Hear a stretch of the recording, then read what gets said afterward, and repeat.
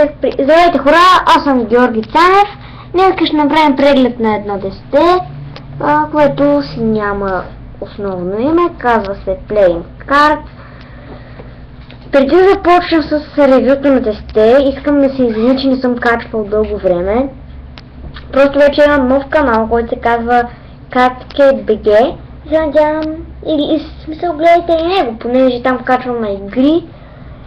И напоследък съм качвал там.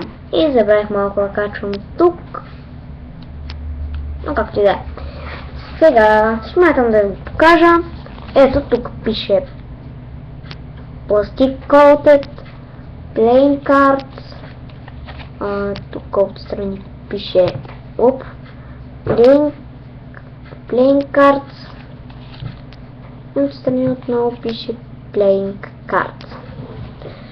Пише на кост на китайски.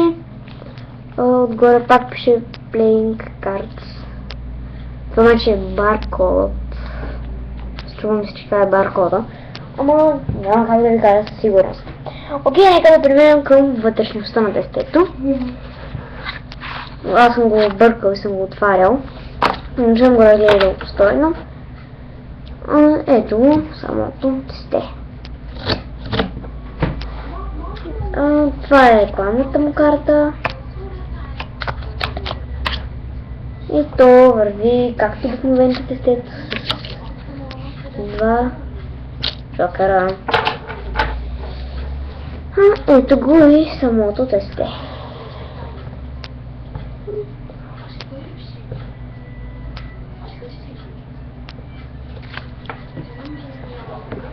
Има готин ефект, като се разстила, смисъл, като почва да се разстила. Ето гледайте му тук страничното ръбче, като почне се появяват такива кръпчета. Тук пише нещо на японски или на китайски. Нямам идея на какво пише. Съвсем нормални карти, никакво трик тесте. Двера на високите карти е така средничерно нормален, като изключим валето каро. Това има мустак. Казвайте на никой малката му пена. Да, това тесте може да го купите от книжарниците. Не е скъпо. И да, това беше от мен. За сега, в смисъл, по-рядко ще качвам този канал, казвам ви, а не да ми пишете във Facebook, ще качвам толкова рядко, по-рядко ще качвам в този канал. И да, надявам се, че да е харесал. Ако е така, естествено, може да коментирате, може да оставите едно палче нагоре. Ако не ви е харесал и мислите, че качвам тъпи клипове, да напишете в коментарите, оставете едно палче надолу.